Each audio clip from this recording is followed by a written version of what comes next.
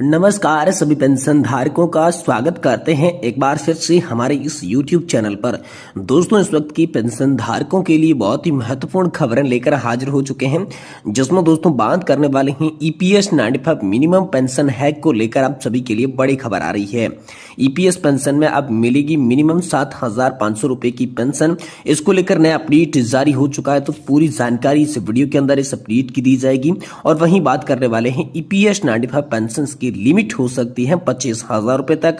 Supreme court के एक फैसले में इतनी बढ़ेगी पेंशन, तो आखिरकार सुप्रीम कोर्ट से फैसले से कितनी आपकी पेंशन बढ़ सकती है और लिमिट जो है वो 25,000 रुपए किस तरह से हो सकती है, इसके बारे में भी आज की इस वीडियो के अंदर बात करेंगे।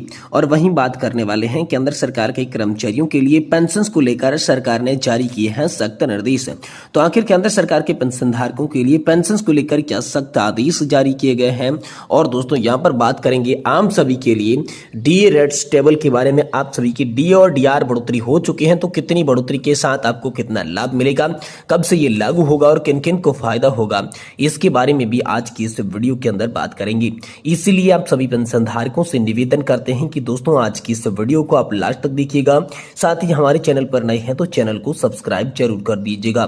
तो चलिए पेंशन धारकों से जुड़ी तमाम बड़ी खबरें आज की इस वीडियो के अंदर एक एक करके सही सटीक और तथ्यों पर आधारित जान लेते हैं, लेकिन आप वीडियो को लास्ट तक जरूर वॉच करते रहिएगा। तो सबसे पहले बड़ी खबर की बात करते हैं। EPS 95 मिनिमम पेंशन हैक को लेकर बड़ी खबर है कि अब EPS में मिलेगी मिनिमम 7,500 रुपए की पेंशन। तो 7,500 की पेंशन किस तरीके से देखने को मिलेगी, पूरी अपडेट को विस्तार से जानते हैं। देखिए, कर्मचारी पेंशन योजना के तहत पेंशन भोगियों की न्यूनतम मासिक पेंशन 7,500 रुपए समेत अन्य मांगों के समर्थन में विरोध प्रदर्शन करने का आप सभी के लिए फैसला हुआ है। EPS 95 राष्ट्रीय संघर्ष समिति के अध्यक्ष कमांडर अशोक रावत ने सोमवार को मीडिया से बातचीत में कहा कि लंबे समय से नियमित पेंशन फंड में योगदान देने के बावजूद पेंशन भोगियों को इतनी कम पेंशन मिल रही है, उनके लिए गुजारा करना भी मुश्किल हो रहा है। उन्होंने कहा कि पिछले 8 सालों में देश भर के EPS 95 पेंशन धारकों के 78 लाख पेंशन भोगी न्यूनतम पेंशन बढ़ाने के लिए मांग कर रही हैं, लेकिन सरकार ने अभी तक उनकी मांगों पर सुनवाई नहीं की है। कर्मचारी पेंशन योजना राष्ट्रीय आंदोलन समिति यानी कि NSC लंबे समय से पेंशन की राशि बढ़ाने की मांग कर रही है। पिछले दिनों में संगठन ने इसको लेकर विरोध प्रदर्शन करने की बात कही थी। अब पेंशन धारकों के संगठन EPS 95 राष्ट्रीय आंदोलन समिति यानी कि NSC ने कहा है कि सरकार ने अधिक पेंशन की मांग पर विचार करने का आश्वासन दिया। EPS 95 के करीब 78 लाख पेंशन भोगी न्यूनतम मासिक पेंशन 7,500 रुपए करने की मांग कर रही हैं। पेंशन भोगी के संगठन ने एक बयान में कहा कि केंद्रीय श्रम और रोजगार मंत्री मनसुख मांडविया ने उनके प्रतिनिधियों से मुलाकात की। इस दौरान श्रम मंत्री ने आश्वासन दिया कि सरकार उनकी कर्मचारी पेंशन योजना की मांग को पूरा करने के लिए आवश्यक कदम उठाएगी। ये मुलाकात EPS 95 NSC के सदस्यों द्वारा हाल ही में राष्ट्रीय राजधानी में आयोजित विरोध प्रदर्शन के बाद हुई। देश के विभिन्न स्थानों पर आए सदस्यों ने यहाँ पर सरकार के खिलाफ विरोध प्रदर्शन किया। केवल 1,450 रुपए की औसत मासिक पेंशन की जगह अधिक पेंशन की उन्होंने मांग की। 36 लाख EPS पेंशन को हाल फिलहाल में 1,000 रुपए से भी कम पेंशन मिल रही है। संगठन ने ये कहा है। समिति के अध्यक्ष कमांडर अशोक रावत ने कहा कि श्रम मंत्री मनसुख मांडविया ने हमें आश्वासन दिया है कि सरकार हमारी समस्याओं का समाधान निकालने के लिए गंभीर है। उन्होंने कहा कि प्रधानमंत्री जी भी हमारी समस्याओं का समाधान निकालने के लिए प्रतिबद्ध है। उन्होंने कहा कि नियमित EPS 95 में दीर्घकालीन योगदान देने के बावजूद कर्मचारी पेंशन योजना में पेंशन भोगियों को बहुत ही कम पेंशन हाल फिलहाल में मिल रही है।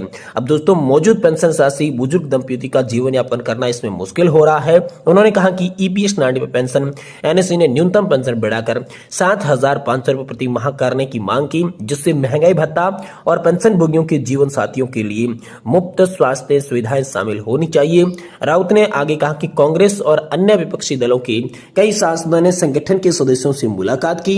कर्मचारी पेंशन योजना में पहले से अधिक पेंशन की मांग को पूरा करने में समर्थन का आश्वासन उन्हें दिया गया है। तो ये बड़ी खबर हाल फिलहाल में सभी EPS 95 पेंशन धारकों के लिए निकलकर सामने आ रही है। वहीं दोस्तों अगली बड़ी खबर की बात करें तो EPS पेंशन की सैलरी लिमिट को लेकर बड़ी खबर आ रही है। EPS 95 पेंशन लिमिट हो सकती है 25,000 रुपए तक। सुप्रीम कोर्ट के एक फैसले से इतनी बढ़ सकती है पेंशन। तो आखिरकार सुप्रीम कोर्ट के कौन से फैसले से पेंशन बढ़ सकती है और सैलरी लिमिट 25,000 रुपए कैसे हो सकती है, चलिए इसके बारे में जानते हैं। देखिए, निजी क्षेत्र के कर्मचारियों को जल्द राहत मिल सकती है। एक फैसले में EPF में योगदान देने वाले लाखों कर्मचारियों की पेंशन योजना में पेंशन एक बार में 333% तक बढ़ सकती है। ईपीएफओ ने कर्मचारी पेंशन ईपीएस 95 के लिए अधिकतम 15,000 रुपए की मूल वेतन सीमा तय की है। यानी अगर कर्मचारी पेंशन योजना में आपकी सैलरी 15,000 रुपए महीने से ज्यादा है तो आपकी पेंशन की गणना अधिकतम 15,000 रुपए की सैलरी पर होगी। ईपीएफओ इस सैलरी लिमिट को खत्म करने की तैयारी में है। सूत्रों का कहना है कि कर्मचारियों की ईपीएस पेंशन की गणना आखिरी सैलरी यानी कि हाई सैलरी ब्रैकेट पर की जाएगी। इस फैसले से कर्मचारियों को कई गुना ज्यादा पेंशन यहां पर मिलने वाली है। आपको बता दें कि पेंशन पाने के लिए 10 साल तक का भविष्य निधि में अंशदान और 20 साल की सेवा पूरी करनी होती है तो 2 साल का वेटेज मिलता है। अगर कर्मचारी पेंशन योजना में सीमा हटाने के बाद ये फैसला होता है तो कितना फर्क पड़ेगा, चलिए जानते हैं। देखिए, मौजूद स्थिति के मुताबिक अगर कर्मचारी 1 जून 2015 से काम कर रहा है और वह 14 साल की सेवा पूरी करने के बाद ईपीएस 95 पेंशन लेना चाहता है तो उसकी पेंशन 15,000 रुपए पर तय होगी, चाहे वह 20,000 रुपए 30,000 रुपए की बेसिक सैलरी ब्रैकेट पर हो।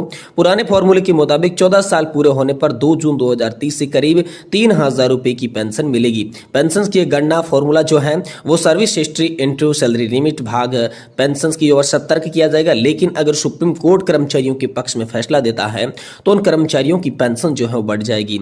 मान लीजिए कर्मचारी 33 साल की नौकरी कर रहा है और उसका मूल वेतन 50,000 रुपए है तो मौजूद व्यवस्था के तहत उनकी अधिकतम सूत्र 15,000 रुपए मानी जाएगी। इस प्रकार जो उनकी पेंशन है वो केवल और केवल 7,500 रुपए मिलेगी। यह व्यवस्था अधिकतम पेंशन की है। लेकिन पेंशन की सीलिंग हटाने के बाद यदि पेंशन की अंतिम यहाँ पर जो है वेतन के अनुसार जोड़ा जाता है तो उन्हें 25,000 रुपए मिलेगी। इसका मतलब है कि 33 वर्ष प्लस 2 वर्ष का वेटेज बराबर हो जाता है 35 वर्ष और उसके अंदर भाग लगाया जाएगा 70 का और 50,000 से गुणा किया जाएगा, जिससे 25,000 रुपए पेंशन जो है पर मंथ उन्हें मिलेगी। यह नया फॉर्मूला लागू हो सकता है, लेकिन सुप्रीम कोर्ट जब फैसला कर्मचारियों के पक्ष में देकर यहाँ पर सैलरी लिमिट को बढ़ाकर 25,000 रुपए कर देता है तब ये दोस्तों आप सभी को पेंशन मिलने वाली है। वहीं दोस्तों अगली बड़ी खबर की बात करें तो केंद्रीय कर्मचारियों की पेंशन को लेकर सरकार ने यहाँ पर जो है सख्त आदेश जारी किया है। तो सरकार ने सख्त आदेश क्या जारी किया, चलिए आपको बताते हैं। देखिए, केंद्र सरकार ने पेंशन भोगियों के लिए राहत भरी खबर आई है। दरअसल कर्मचारियों की पेंशन में देरी की समस्या को लेकर केंद्र सरकार ने इसको गंभीरता से लिया है। सरकार ने इस कदम से पेंशनर्स को बिना देरी समय पर पेंशन मिलेगी। अब तक पेंशनर्स ये शिकायत करते आए हैं कि उन्हें समय पर पेंशन नहीं मिलती, कई बार प्रोसेसिंग के समय महीनों लग जाती हैं। अब केंद्र सरकार ने पेंशनर्स के लिए समय सीमा तय कर दी है, जिसके मुताबिक पेंशन को प्रोसेस किया जाएगा। वित्त मंत्रालय के तहत आने वाले अप्रत्यक्ष कर और सीमा शुल्क बोर्ड ने ऑफिस मेमोरेंडम जारी करके अथॉरिटीज को यह निर्देश दे दिया है कि यहाँ पर सीसीएस रूल 2021 के तहत की गई समय सीमा का सख्ती से पालन किया जाना चाहिए। सीसीएस नियम 2021 के अनुसार पेंशन मामलों में समय पर पूरा करना अनिवार्य है ताकि रिटायर्ड होने वाले कर्मचारियों को समय पर पेंशन मिल सके। इसके लिए कर्मचारियों को अपने रिटायरमेंट के 1 साल पहले से ही अपनी सर्विस रिकॉर्ड की जांच और अन्य तैयारियां करनी शुरू करनी होगी। तो दोस्तों, रिटायरमेंट के 1 साल पहले सर्विस डिटेल और पूरे दूसरे काम का सत्यापन शुरू करना होगा। सरकारी कर्मचारियों के लिए रिटायरमेंट के 6 महीने पहले से अपना पेंशन फॉर्म जमा करवाना होगा और कार्यालय प्रमुख को सेवानिवृत्ति के 4 महीने पहले केस को पेंशन से लेखा कार्यालय के अंदर भेजना होगा और यहाँ पर जो है पीओ यानी कोई जारी पीपीओ जारी होना होगा और सेवानिवृत्ति के 1 महीने पहले इसे जो है सीपीएओ को भेजा जाएगा। नियमों में यह प्रावधान है कि अगर किसी कर्मचारी की पेंशन और ग्रेजुएटी का अंतिम निर्णय नहीं हो पाता है तो उन्हें रिटायरमेंट होना पड़ता है तो उन्हें अस्थायी पेंशन यानी कि प्रोविजनल पेंशन जो है वो दी जाएगी। प्रावधान है समय सीमा का सख्ती से पालन किया जाना चाहिए। सरकार ने सभी पेंशन से लेखा ऑफिस को निर्देश दिए हैं कि वे पेंशन मामलों की प्रक्रिया समय सीमा का सख्ती से पालन करें ताकि रिटायरमेंट के समय बकाया पेमेंट का तय हो सके, जिसमें जरूरी जानकारी है कि पेंशनर्स का नाम, रिटायरमेंट की तारीख, पेंशनर्स के दस्तावेज जमा करने की तारीख यहाँ पर रिटायरमेंट के 6 महीने पहले की होनी चाहिए। ऑफिस प्रमुख द्वारा पेंशन का मामला पेंशन लेख ऑफिस को भेजने की तारीख जो है वो दोस्तों यहाँ पर रिटायरमेंट के 4 महीने पहले की है। इस नई व्यवस्था से लाखों सीनियर सिटीजन को अपने पेंशन संबंधी कामों को आसानी से पूरा करने में मदद मिलेगी। ये बड़ी खबर है हाल फिलहाल में।